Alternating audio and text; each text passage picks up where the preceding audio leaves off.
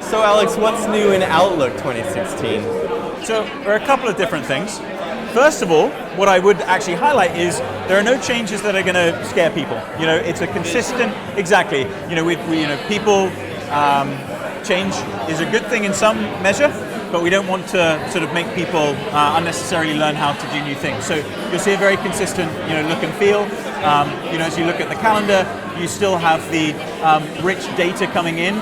So here you can see the New York weather coming in. It knows that we're in New York, so it's going to show me that, weather information. It's just a really, nice, familiar way of working with data.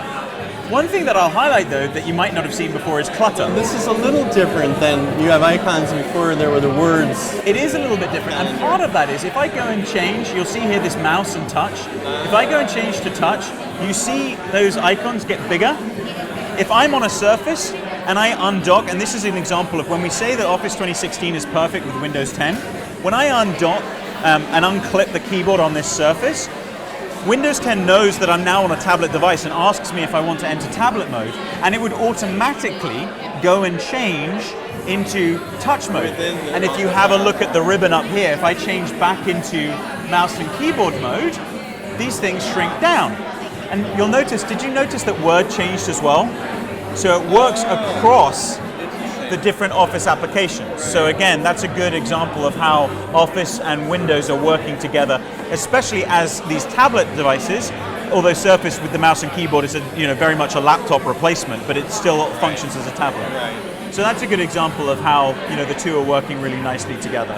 And this also, when you think about the, if I think about Outlook, this is Outlook on my iPhone, you'll see that it's a consistent look and feel across the different devices. Same thing if I've got the Outlook mobile on Windows 10 or for that matter Android. So again, this is all about creating that consistency on all different sizes of screens.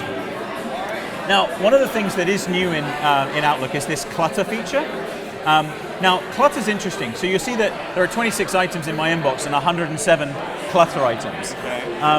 Now, most people, when they see this for the first time, think that it's some kind of fancy junk mail, and it's absolutely not.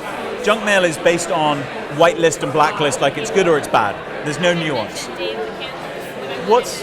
One of the things that is interesting about Office 2016 is the way it works with Office 365, the cloud service on the back end.